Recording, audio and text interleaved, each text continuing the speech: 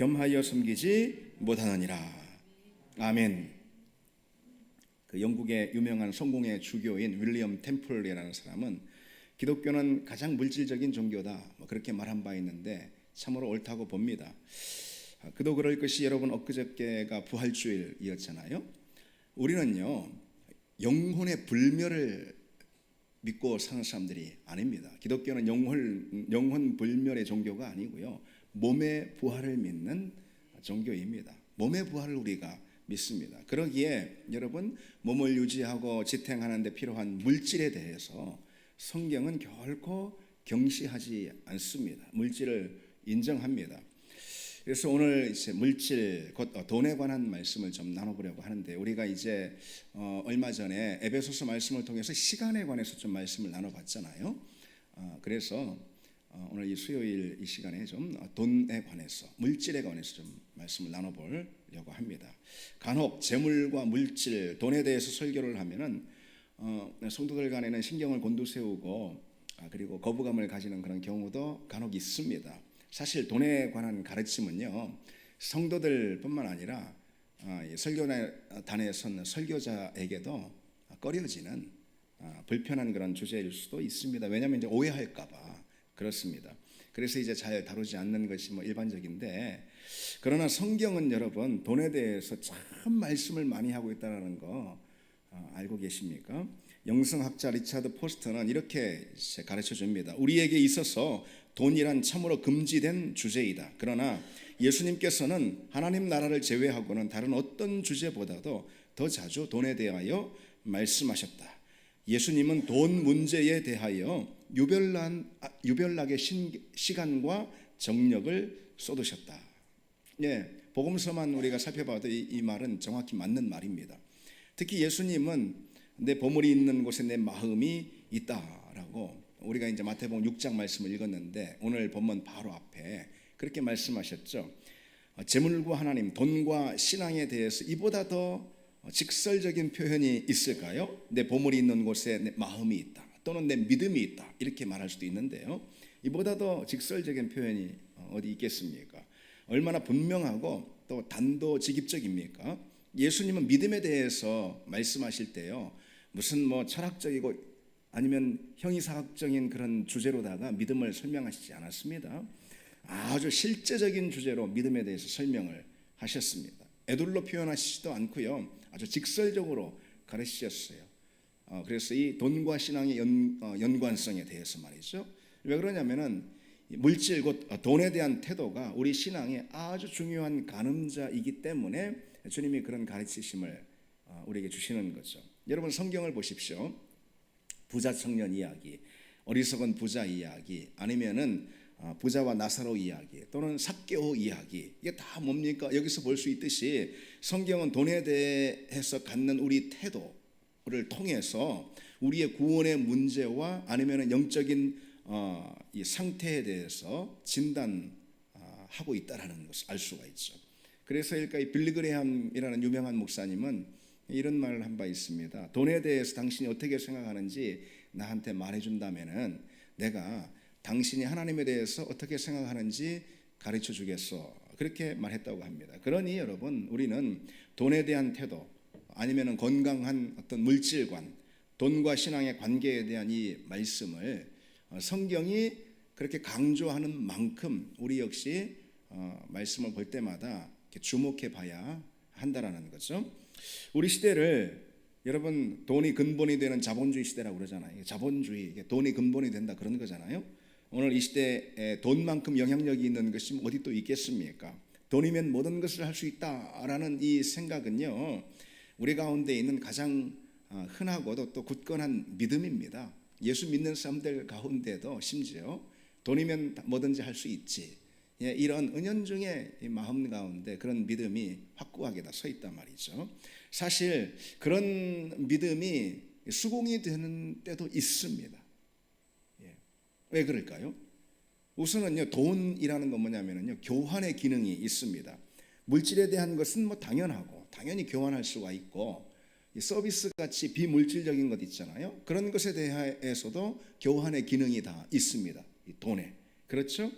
그래서 심지어는 서비스라는 이름으로 타인의 배려나 애정도 돈으로 살 수 있고요. 그리고 타인의 공감이나 인정이나 이런 것도 다 돈으로 살 수가 있는 그런 시대입니다. 거의 모든 것을 다 돈으로 구매할 수가 있어요. 돈은 교환의 기능이 있습니다. 거의 만능에 가까워요. 그리고 또 돈은 어떤 기능이 있냐면 가치 척도의 기능이 있습니다. 세상의 거의 모든 것이 다 돈으로 평가가 되어지는 그런 시대에 우리가 살고 있습니다. 여러분, 예술품의 가치를 무엇을 통해서 평가할 수가 있습니까? 돈. 뭐 다른 거 말할 거 없어요. 그게 뭐 예술품이 얼마나 뭐 고상하고 아름답고 환상적이고 뭐 얼마나 많은 사람들이 보고 뭐 그런 거 중요한, 역사가 얼마나 됐고 이런 거보다도 그 작품이 얼마짜리야, 돈이 얼마짜리인데 이걸 통해서 가장 분명하게 그 예술품의 가치는 평가가 됩니다. 뭐 스포츠 선수들 역시 마찬가지예요. 이들의 가치를 가장 잘 말해주는 것 역시 돈입니다. 그 선수가 지난 시즌에 뭘 어떻게 했는가 뭐 이런 것보다도 그가 지금 연봉을 얼마나 받고 있는가를 통해서 그 선수의 가치가 평가가 되는 겁니다. 그처럼 오늘날은요, 뭐 뭐든지 눈에 보이는 거든 그렇지 않은 거든 뭐든지 다 돈으로다가 그 가치를 환산하는 시대입니다. 그와 같이 여러분, 이 돈의 교환의 기능, 돈의 가치 평가의 기능, 이것은요 곧 돈을 전능하게 만들어 줍니다. 돈이면 뭐든지 다 할 수 있다. 이 돈의 전능성을 가지게 해줍니다. 어떤 가치라도 돈으로 평가 안 되는 것이 없단 말이죠. 그리고 뭐든 다 돈이면 다 교환이 가능하다 이 말이죠. 그러니 당연히 돈이면 뭐든지 할 수 있어. 돈은 어떤 거든 할 수 있어. 돈의 전능성. 돈이 우리 삶 가운데 신처럼 군림하게 되었다 이 말이죠. 오늘날 특히 우리 인생에서 거의 모든 문제를 해결해주고 거의 모든 필요를 채워주는 것이 돈이기 때문에 이 돈의 전능성은 훨씬 더 심각해진 시대에 우리가 살고 있다 이렇게 볼 수가 있어요. 그런데 그런 태도에 그런 태도를 비웃듯이 그런 말도 이제 간혹 우리가 듣잖아요. 돈으로 침대는 살 수 있으나 잠은 살 수 없다. 돈으로 집은 살 수 있으나 가정은 살 수 없다. 여러분 그런 말 듣는다 해서 사실 돈에 대한 우리의 욕망이 사라지는 것은 아닙니다. 그러거나 하거나 하여튼 돈은 중요해. 우리 오히려 이런 생각이 더 들게 되죠. 돈은 우리 삶에서 모든 가치를 압도하고 지배합니다. 그게 돈이에요.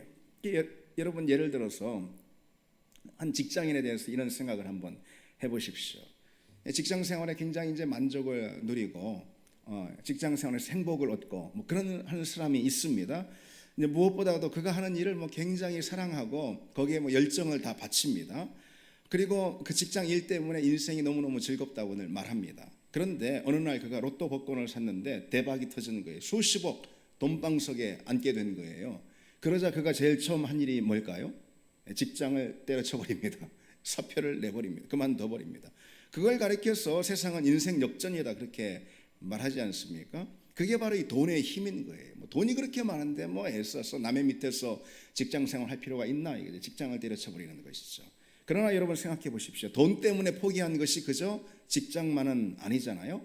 직장에서 함께 일했던 땀과 수고를 같이 나눴던 그런 직장의 동료들, 그리고 자기가 그토록 열정을 다했던 그 직장의 일들 있잖아요. 그건 어쩌면 돈으로 살 수 없는 것들인데 말은 그렇게 하지만은 실은 돈은 그 모든 것을 한순간에 의미 없는 것으로 다 만들어 버리는 그런 돈의 전능성을 우리 확인할 수가 있는 거죠. 재미있는 이야기가 있습니다. 한 구두 수선공이요 복권에 당첨이 된 거예요. 너무 기분이 째져가지고선 이제 이따위 구두 수선은 더 이상 안 해도 돼. 당연히 그런 생각할 수 있겠죠. 그러면서 구두 수선을 하는 그 괴짝 있잖아요. 그것을 한강 다리를 지나다가 강물에 그냥 집어 던져버렸습니다. 그리고는 그 느끼는 그 만끽하는 그 자유, 얼마나 속이 시원한지 그랬습니다. 그리고 집에 왔는데 아무리 찾아도 당첨된 복권이 보이지 않는 거예요. 왜냐하면 그 구두 괴짝 한강 강물에 버려버린 그 괴짝에다가 넣어놨던 거거든요. 그래서 충격을 받아가지고 심장마비로 죽었다나 그런 하여튼 믿거나 말거나 그런 이야기가 있습니다. 그런 겁니다. 돈은요, 돈 이외의 다른 모든 것을 버리게 아무것도 아닌 의미 없는 것, 가치 없는 것으로 만들어 버리는 그런 존재가 바로 돈이라 이 말이죠. 만약 돈이 얼마든지 있다면 그 사람은 오로지 돈으로다가 뭐든 하려고 합니다. 돈으로다가 인생의 문제도 해결하려고 하고, 돈으로다가 행복도 얻으려고 그러고, 심지어 돈으로다가 사랑도 얻으려고 그러고, 명예도 얻으려고 그러고, 신뢰도 얻으려고 그러고, 돈으로 다 하려고 합니다. 그런데 여러분, 진짜 문제가 뭔지 아십니까? 오늘 이 시대 우리가 사는 세상에서는요, 거의 그럴 수도 있는 세상이라 이 말이에요. 돈으로 뭐든 다 돼. 돈만 있으면 뭐든 돈으로 난 다 할 거야 라는 이 생각이 진짜로 거의 통하는 시대가 이 시대라 이 말이죠. 여러분들 고개를 갸웃하실 수 있는데 돈이 없어서 그런 거고, 여러분들이 그렇습니다. 그것이 진짜 문제라는 거예요. 그것이 바로 그렇기 때문에 돈은요, 신앙의 가장 강력한 적이 되는 거예요. 아니, 하나님의 가장 강력한 적이 된다라는 거죠. 여러분, 믿음이 무엇일까요? 믿음을 이런 식으로 정의할 수 있습니다. 충분히. 어떤 식으로? 나를 하나님께 전적으로 의존시키는 태도. 그렇죠. 구원을 누굴 통해 받습니까? 하나님을 통해서. 그렇죠. 우리 생명을 누굴 통해 얻습니까? 하나님을 통해서. 그렇죠. 내 믿음이라는 것은 내 인생을, 내 삶을, 내 존재를 전적으로 하나님께 의존시키는 태도, 이것이 믿음인데요. 그런데 돈은 그 믿음을 빼앗아서 우리로 하여금 돈에 우리 인생을 의존시키도록 만든다, 이 말이죠. 그래서 주님 오늘 본문에 이렇게 말씀하시는 거예요. 너희가 하나님과 재물을 겸하여 섬기지 못하노라, 그렇게 말씀하시는 거예요. 하나님을 섬기는 것에 가장 큰 경쟁자는 주님께서 이 재물, 돈이다, 이렇게 지목하시는 거예요. 주님께서 많은 어떤 경쟁자들이 다 있을 수 있어요. 자식이 될 수도 있고, 사랑하는 사람이 될 수도 있고, 자기가 하는 일이 될 수도 있고, 자기의 꿈이 될 수도 있고. 그런데 주님께서 콕 집어서 마태복음 6장에 하나님과 경쟁하는 가장 큰 경쟁자를 돈으로다가 지목하고 계십니다. 재물은 하나님을 섬기는 우리 신앙을 다 빼앗을 정도로 아주 막강한 권세를 우리에게 행사할 수 있기 때문이죠. 주님이 그것을 아시기 때문이에요. 그렇다고 여러분, 지금 돈에 대한 이런 부정적인 이야기들을 하고 있는데, 이 돈이 무조건 나쁜 것이라 할 수는 없습니다. 그리고 부한 것, 부자가 곧 죄도 되는 것은 아닙니다. 잠언 22장에요 가난한 자와 부한 자가 함께 살거니와 그 모두를 지으신 이는 여호와시니라 그랬습니다. 가난한 자도 하나님께서 지으시고 부한 자도 하나님이 지으셨다, 그런 말씀이죠. 성경은 그랬어요. 부를 결코 악한 것으로 정죄하고 있진 않습니다. 다만 부자의 악한 행위를 정죄할 뿐입니다. 물론 이제 돈의 위험성은 분명히 있어요. 여러분, 성경에서 강조하는 돈은 하나님을 자꾸 망각하게 만드는 그런 위험성이 있습니다. 성경은 돈과 부, 풍요와 윤택이 결국 하나님을 망각하게 만들 거다라고 자꾸 경고합니다. 특히 구약성경 이스라엘 백성들에게 말이죠. 그런데 불행히도 이스라엘의 역사를 보면은 결국은 성경의 그 경고가 이스라엘 백성들의 현실이 되고 말거든요. 이스라엘 백성들이 가나안 땅에 들어가서 먹고 살만하니까, 부유해지니까, 그러니까 결국 하나님을 버리고 하나님을 떠나고 하나님을 망각해버리는 이런 사태가 벌어졌다 이 말이죠. 가나안 땅에 왜 하나님께서 이끄셨어요? 하나님만 섬기라고, 모든 우상 다 버리고 하나님께 집중하라고. 그런데 무엇이 하나님께 집중하는 믿음을 빼앗아 버렸습니까? 바로 돈이었죠. 재물이었습니다. 그리고 이 돈이라는 것은요, 그뿐 아니라 믿음에서 멀어지게 하는 그런 위험도 있습니다. 같은 말이지만 말이죠. 그래서 주님은 부자가 천국에 들어가기가 어려우니라, 그렇게 말씀하신, 낙타가 바늘귀에 들어가는 것보다 부자가 천국에 들어가는 것이 더 어렵다라고 말씀하셨던 거죠. 믿음에서 멀어지게 하고, 그래서 결국 구원에서 미끄러지게 만드는 것, 이게 이제 돈인 경우가 많은 거예요. 다른 어떤 문제보다도요. 근데 다시 한번 말씀을 드리지만은, 성경은요, 부를 무조건 악한 것으로 몰아세우거나 아니면은 거꾸로 가난을 환영하거나 그러진 않습니다. 그런 금욕주의적인 그런 종교가 아니라는 거예요. 전도서 5장에 어떤 사람에게든지 하나님이 재물과 부요를 그에게 주사 능히 누리게 하시며 제 몫을 받아 수고함으로 즐거워하게 하신 것은 하나님의 선물이라 그랬습니다. 어떤 사람에게든 하나님이 재물과 부요를 그에게 주셔서 능하게 해 주셨다, 그게 하나님의 선물이다. 성경은 그렇게 이제 재물과 돈에 대해서 말씀하죠. 가난해서 돈 때문에 늘 뭐 어렵고 힘들고, 그리고 마음 동동거리고 또는 때로는 비참해지고 비굴해지고 하는 것이 하나님의 뜻은 아니다, 그런 말씀이죠. 어쨌든 부가 악한 죄도 아니고요, 가난이 거꾸로 경건의 표지도 아닙니다. 다시 말해서 돈 그 자체가 영적으로 뭐 해로운 것은 아니라 이런 뜻이에요. 다만 돈이 일으키는 문제가 해로울 뿐입니다. 그러면 돈은 어떤 문제를 우리에게 일으킬까요? 크게 두 가지로 볼 수 있어요. 하나는 탐심이고요, 하나는 염려입니다. 근데 이 문제는 결코 쉬운 것은 아니에요. 돈이 항상 그런 문제를 우리에게 일으키거든요. 첫째로 돈이 일으키는 문제는 탐심이라고 말할 수 있어요. 탐심의 특징이 무엇일까요? 끝을 모른다는 거예요. 자기 자신, 자기 존재, 자기 영혼을 끝장낼 때까지 끝을 몰라. 그게 탐심의 특징입니다. 만족을 모릅니다. 결코 채울 수가 없어요. 그래서 전도서 5장에 은을 사랑하는 자는 은으로 만족하지 못하고 풍요를 사랑하는 자는 소득으로 만족하지 못한다고 말씀하고 있어요. 끝이 없다, 이런 뜻이죠. 이렇게 여러분 뭐 아닐 것 같습니까? 어느 정도 채워지면은, 내 욕구가, 내 필요가 어느 정도 채워지면은, 아이고 나는 그렇게 그냥 욕심 부리진 않을 것 같아 할지 모르지만은 거기에서 자유로운 사람은 없단 말이죠. 이 탐심에서 말이죠. 이건 사단이 역사하는 통로이기 때문에 그렇습니다. 이 탐심은 그래서 만족을 모릅니다. 끝없이 추구해요. 그래서 결국은 하나님을 추구하는 그 마음을 앞질러 버려요. 그래서 하나님보다 더욱 원하는 것입니다. 그게 이 탐심의 마음입니다. 특별히 뭐 다른 것들에 대한 탐심도 있겠지만은 재물에 관한 그런 탐심이죠. 그래서 성경은 탐심은 곧 뭐라고 그랬죠? 우상숭배라. 탐심은 우상숭배라. 하나님 제껴두고 하나님보다 더 앞세우는 거예요. 우상숭배 아니겠어요? 탐심은 우상숭배가 될 수밖에 없어요. 왜? 끝이 없거든. 하나님을 결국은 추월하게 만들거든요, 자기 마음이. 특히 이제 내 안에 있는 탐심은요, 모든 것을 다 돈의 관점으로 보게 하는 그런 문제가 있습니다. 탐심의 마음이 들어오면은, 사단이 탐심을 통해서 역사하면은 뭐 성공이나 행복이나 아니면은 감사나 기쁨이나 뭐 어떤 거라 해도요, 다 돈의 관점으로 보는 것입니다. 돈이 있는가 없는가를 통해서 성공도 행복도 감사도 뭐 어떤 것도 다 거기서 결정이 되는 거예요. 그걸 통해서 인생을 판단하는 겁니다. 그리고 자기 자신도 주변 사람도 다 돈으로 판단하는 거예요. 다 돈으로 판단하고 돈으로 보는 것입니다. 그러니까 뭐 우리가 뭐 요즘 흔히 신문에서 보듯이 명품점 그 오픈런이라고 그러잖아요. 뭐 그런 뭐 시대적인 현상도 보는 거 아니겠어요? 그리고 다른 사람들과 결국 계속 비교하면서 상대적으로 자기 자신의 박탈감을 느끼고, 이게 다 탐심이 가져오는 결과 아니겠어요? 여러분, 그런 마음에 하나님이 있을 수 있을까요? 탐심의 마음 가운데 하나님이 거하실 리가 있겠습니까?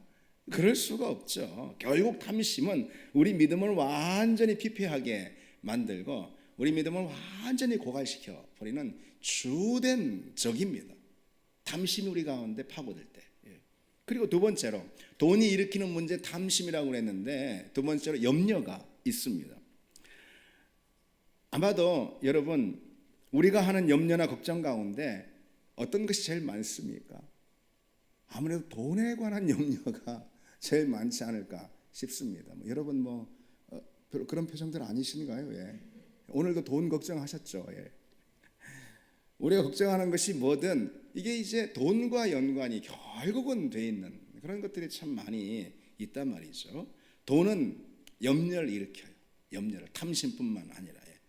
어쩌면 탐심보다 우리에게 훨씬 더 가까이 와서 우리 믿음을 괴롭히는 그런 돈의 영향력이 염려일 수가 있습니다. 그 끝없는 염려는 결국 우리로 하여금 돈에 매달리게, 돈에 매여버리게, 묶이게 만드는 거죠. 그게 무엇이죠? 돈에 묶이게 만들어 버렸다면은 그 마음은 뭐죠? 그 마음이 불신인 거예요. 불신앙. 돈에 묶여 버렸어요. 하나님을 인정하지 못하는 태도잖아요. 그분의 다스림을 불신하는 불신앙이 되어버리는 거죠. 그 출발점은 돈에 관한 염려 때문인 거죠. 그래서 여러분, 우리는 돈 때문에 우리가 어떤 염려를 할 때 뭐 자연스럽게 이렇게 나타나는 염려들도 있긴 있겠지만은 근데 우리는 주의해서 볼 필요가 있습니다. 결국 그 염려는 우리를 돈에 묶여버리게, 매여버리게 만들고 그것의 끝은 불신앙인 거예요. 하나님의 다스림, 하나님의 나를 향한 인도하심을 결국 인정하지 않는 그런 태도잖아요. 그게 뭡니까? 그게 불신앙인 거죠.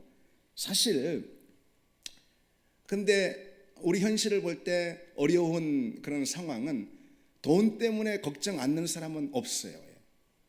내가 우리 교회 성도를 잘 몰라서 그런지 몰라도 어쨌든 돈 때문에 걱정 안 하는 사람 별로 없을 거예요. 여러분들도 아마 그럴 겁니다. 단순히 그냥 뭐 무슨 부동산 가격이 떨어질까봐 하는 그런 걱정 말고, 그런 거 말고 당장 필요하거나 당장 돈이 들어가야 하는 그런 문제로 걱정하는 경우가 우리에게 종종 다 있습니다.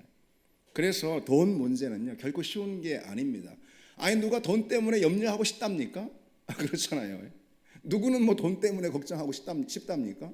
이게 아니란 말이죠. 근데 왜 걱정하느냐? 이 돈의 문제는 현실이기 때문에 그렇습니다. 간혹 이제 솔직하지 못한 태도들을 볼 때가 있습니다. 예전에 보면은 뭐 좀 오래된 일이지만은 지금도 그럴까요? 부흥 강사들이나 선교단체 대표들이 이렇게 집회를 합니다. 집회를 하면서 나는 돈 같은 걸 생각 안 한다고, 다 하나님이 아셔서 다 채워주신다고, 그렇게 이렇게 설교 시간에 막 그렇게 말합니다. 돈에 대해서 굉장히 초탈한 그런 태도를 말합니다. 그러면은 저는 어린 심정에 저분들 굉장히 거룩하고 영적이어서 인간 냄새 나는 그런 돈 같은 거에 대해서 그렇게 매이지 않는구나, 이렇게 굉장히 신령하게 보고. 그런데 집회 막바지에 꼭 그럽니다. 자신의 사역을 위한 모금 시간을 갖겠다 하면서 그 사역을 얼마나 디테일하게 이렇게 설명을 하는지. 돈 내 이런 거 아니겠어요? 다 모든 선교단체 대표나 부흥사들이 다 그런 건 아니지만은, 제가 뭘 지적하는 겁니까? 다만 다른 게 아니고 솔직하지 못한 태도들이 있다 이 말이죠. 돈은 현실입니다. 누구에게나 다. 제가 이제 서울에서 부목사를 하다가 다음 임지도 정하지 못하고 그냥 그만둔 적이 있습니다. 그럴 필요까지는 없었는데 누가 내쫓는 사람도 없고 그런 거 아니었는데, 하여튼 그 교회 방향과 비전 이런 것들이, 영성 이런 것들이 나하고 맞지 않는다. 하여튼 그래가지고 객기를 부리고서 그냥 그만둬버렸습니다. 다음 임지 정해지도 않았는데, 겨울에 말이죠. 근데 거기 장로님이 조심스럽게 저한테 전화를 줬더라고요. 한 일주일 좀 안 됐는데 방 빼라고, 이렇게 사택 빼라고. 안 그래도 뺄 생각인데 그 말 들으니까 이게 현실이 다 이게 느껴지더라고요. 시골 아버지 집으로 내려가가지고 이삿짐 그냥 박스에 이렇게 담아둔 채 이렇게 3개월간 있었습니다. 3개월이 그렇게 긴 기간은 아니지만은 목사인 저에게 무슨 돈이 있기 돈을 모아놓을 리가 없죠. 없었어요. 그래서 돈의 문제가 얼마나 이 현실 일이 되는지 새삼 그때 느꼈습니다.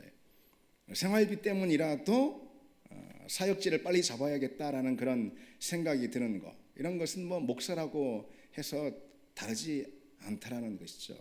저는 그래도 그게 그때는 객기라고 생각하지 않고 그건 어떤 나의 신념이고 하나님을 향한 나의 마음이고, 그러니까 안 맞는 교회를 탁 이렇게 미리 그만두고 다음 임지도 없이 내려왔으니까, 그러니까 내가 주의 종인데 만나라도 내리지 않을까. 안 내리더라고요, 만나가. 그래서 서둘러서 3개월로 끝내고 얼른 다음 사역지를 제가 찾은 적이 있습니다. 돈 때문에 우리가 돈의 현실에 부딪히는 경우가 얼마나 많습니까? 저 같은 경우 교회 개척을 하는데, 다른 제 동료 목사들은 이제 여러 교회 또는 때로는 큰 교회 이렇게 사역지를 찾아가기도 하는데, 제일 부러운 게 돈이었습니다. 돈 염려할 게 없어요. 근데 교회 개척을 하니까 돈은 현실적인 문제가 되는 거예요. 그리고 여러분 다 기억하시지만 이제 불과 2년 전에 이전하고 증축할 때 그때처럼 돈의 문제에 심각하게 시달렸던 적은 없었던 것 같아요. 돈 먹는 하마처럼 그냥 돈이 계속 들어갑니다. 빚이 막 쌓입니다. 밤에 잠이 오질 않더라고요. 집에서 늦게 잠이 들었다가도 새벽 되면은 여러 차례 깨는 거예요. 제가 그런 적 한 번도 없거든요. 비계 비면은 바로 자거든요. 그리고 일어나질 않거든요. 그런데 그 새벽에 몇 번씩 잠에서 깨기 이렇게 몇 달 동안 제가 했던 것 같습니다. 나는 그 전까지 그런 생각으로 살았거든요. 뭐 목사가 돈 많이 버는 직업은 아니니까. 그리고 뭐 돈 엄청 없어서 뭐 1,000원짜리 한 장 없어서 쪼들린 적은 또 사실 없었기 때문에 돈 그까짓 뭐 그런 식으로 제가 그냥 살았습니다. 그냥 평범하게 살았으니까. 그런데 교회를 개척하고 이전을 여러 번 하고 또 교회를 증축하고 하면서 그러니까 돈의 문제가 현실이 되더라고요. 돈은 여러분의 현실입니다. 그래서 중요한 사실이 있어요. 여러분. 돈은 그처럼요, 여러분, 우리가 일상에서 매일 부딪히고 겪는 현실이기 때문에요. 하나님은 다른 그 어떤 것보다도 바로 이 돈으로, 물질로 우리 믿음을 연단한다는 거예요. 돈이 우리 가장 중요한 우리 앞에 놓인 현실이기 때문에 하나님은 그 현실로 우리 믿음을 연단하십니다. 물질로 우리 신앙을 다루시고 훈련하시고 빚어가신다, 이런 뜻이죠. 그럼 여러분, 우리는 그 훈련을 통해서 어떤 신앙을 갖게 될까요? 주님께서 우리 현실인 이 물질과 돈을 가지고 우리 믿음을 연단하시고 훈련하시는데 그 결과 얻게 되는 신앙은 어떤 신앙일까요? 두 가지로 볼 수가 있습니다. 첫 번째로는 자족하는 신앙입니다. 자족하면은 탐심을 다룰 수가 있고요. 탐심을 다루면은 그러면은 염려로부터 해방될 수가 있습니다. 바울은 이렇게 우리가 잘 알듯이요, 어떠한 형편에서든지 나는 자족하기를 배웠다, 그렇게 고백하고 있잖아요. 여기서 말하는 자족이 무엇일까요? 자족은 뭐 스스로 만족하는 법 이런 게 아닙니다. 아니면 모든 욕구에 대한 어떤 초탈한 경지, 그런 건 뭐 더더욱 아니고요. 성경에서 말하는 자족, 이건 아우타르케르라는 이제 헬라어 단어인데요, 내면의 자원으로 인해서 만족하는 그런 상태를 의미하는 것입니다. 내면의 자원으로 만족하는 것. 여러분, 제일 대표적인 예가 다윗을 들 수가 있습니다. 다윗이 그 열악한 아둘람 굴에서 도망하며 쫓겨다니며 무려 10년 동안 말이죠. 그리고 자기가 이끄는 식솔들도 많았잖아요. 400명이 막 되기도 하고 많았잖아요. 얼마나 여러분 거기서 열악하고 그리고 참 돈이 없어서 비참하고 그랬겠습니까? 그렇죠? 그런데 거기서 나온 시가 무엇입니까? 시편 23편 같은 시가 다 다윗이 그런 어려움 가운데 겪는 그런 삶의 자리에서 부른 시 아니겠어요? 내가 더욱 원할 것이 없습니다. 내가 더욱 원할 것이 없습니다. 이것이 무슨 그냥 자기 입으로만 하는 그런 신앙 고백 이런 거 아니잖아요. 그렇죠? 가벼운 신앙 고백 아니잖아요. 그 삶의 깊은 자리, 그 물질의 문제를 현실로 부딪히면서 있는 그 자리 한복판에서 내가 더욱 원할 것은 없습니다, 이 고백을 드렸다 이 말이죠. 왜 이런 고백을 어떻게 이런 고백을 드릴 수가 있었을까요? 다윗 안에 부어지는 하나님의 은혜, 하나님이 늘 다윗 안에 거하시고 다윗은 하나님을 목자로 경험했기 때문에 빛으로 또 인도하심으로 반석으로 늘 경험했기 때문에 그 하나님이 그 안에 있는 그 내면의 자원을 통해서 이 자족함을 다윗은 누릴 수가 있었던 거죠. 그 자족함을 통해서 다윗은 탐심을 다룰 수 있었고, 그리고 탐심을 다루니 돈으로 인한 염려로부터 자유할 수가 있었단 말이죠. 물론 때때로 하나님이 채우시는 은혜의 손길을 있었지만 말이죠. 두 번째로 우리가 이 돈을 통해 우리를 훈련하시고 다루시는 그 하나님의 훈련을 통해서 어떤 신앙을 갖게 되는가? 맡기는 믿음을 갖게 됩니다. 맡기는 믿음, 자족하는 신앙과 맡기는 믿음. 베드로전서 5장에 너희 염려를 다 주께 맡기라, 이는 그가 너희를 돌보심이라 그랬습니다. 여기서 말하는 너희 염려 가운데 많은 부분은 아까도 말씀드렸듯이 돈에 관한 염려일 수가 있지 않겠어요? 그렇죠? 그 염려를 다 주께 맡기라, 그가 너희를 돌보시리라 그랬습니다. 여러분, 주님께서 마태복음 6장에 무엇을 입을까 무엇을 마실까 염려하지 말라 그러셨잖아요. 이 말씀을 거지곳대로 참으로 믿는 사람이 주님의 자녀들인 줄 믿습니다. 너희는 무엇을 먹을까 무엇을 마실까 염려하지 말라. 그러니까 내 인생의 주인이신, 참된 주인이신 주님께서 그렇게 말씀하셨다면 이유가 있는 것이고, 그렇게 말씀하셨다면 그렇게 될 거 아니겠습니까? 그렇죠? 그렇게 말씀하셨다면 그렇게 책임져 주실 거 아니겠어요? 그렇죠? 그분을 내가 우리 인생의 참된 주인으로 모시고 있다면, 믿고 있다면 말이죠. 그 주인이 뭘 먹을까 뭘 마실까 염려하지 말라 하셨다면 책임져 주실 거라 이거죠. 그 말씀을 그저 그렇게 믿고 순종하는 그 믿음, 이 믿음이 바로 맡기는 믿음이죠. 광야 40년을 보낸 다음에 모세가 이스라엘 백성들에게 하는 이런 말씀이 있으며 주목할 만한 말씀이 있어요. 주께서 40년 동안 너희를 광야에서 인도하게 하셨거니와 너희 몸에 옷이 낡아지지 아니하였고 너희 발의 신이 헤어지지 아니하였다라고 그랬습니다. 여러분 그 광야 40년 동안 거기 뭐가 납니까? 뭘 얻을 수가 있습니까? 거기서 어떻게 신발을 얻을 수가 있고 옷을 기어 입을 수가 있겠습니까? 할 수 없는 거잖아요. 그렇죠? 거기서 어디 뭘 찾아서 먹을 수가 있습니까? 없잖아요. 할 수 없는 것, 구할 도리가 없는 것 말이죠. 어떻게 해라도 그 필요를 채울 수 없는 그 자리에선 하나님이 채워주신다 이거죠. 하나님이 이끌어 주신다 이거죠. 하나님께서 구원의 여정으로 이스라엘 백성들을 이끄시고 광야로 실은 이끄신 분도 하나님이시라면은 광야에서 믿음을 가진 한 거기 죽게 내버려 두지는 않는다라는 거예요. 이 믿음이 우리에게 있어야 하는 거죠. 맡기는 믿음. 그렇죠? 우리가 믿음의 자리로 하나님께서 우리를 인도해 주시고 내가 여전히 믿음의 자리 가운데 신앙의 여정 가운데 있다면은 우리가 하는 교회적으로도 그 무엇이 하나님이 기뻐하시는 일이 된다면은 그래서 우리가 물을 건 그밖에 없습니다. 이게 하나님이 원하시는 일이냐, 하나님이 기뻐하시는 일이냐, 하나님이 내게 맡기신 일이냐 그것만 생각하면 된다 이 말이죠. 그렇다면은 만약 정말 그렇다면은 그러면 하나님이 채워주신다는 거죠. 그렇지 않겠습니까? 그 믿음 정도는 우리가 가져야 되는 거 아니겠어요? 그렇죠? 가정에서도 마찬가지고 그리고 또 교회에서도 마찬가지고. 근데 다만 중요한 것은 이게 하나님의 뜻에 맞는 것인가, 이 하나님께서 나를 통해 하시는 일인가.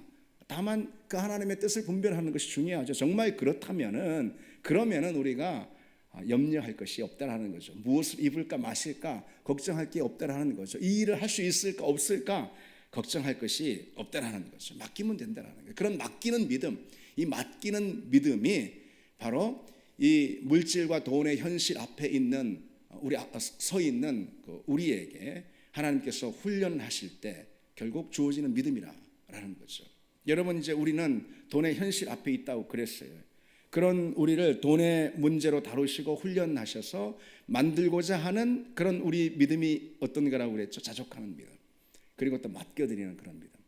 자족하는 믿음과 맡겨드리는 믿음을 가질 때 우리는 탐심과 염려로부터 결국 자유하게 될 줄 믿습니다. 우리 같이 2차장 드리겠습니다.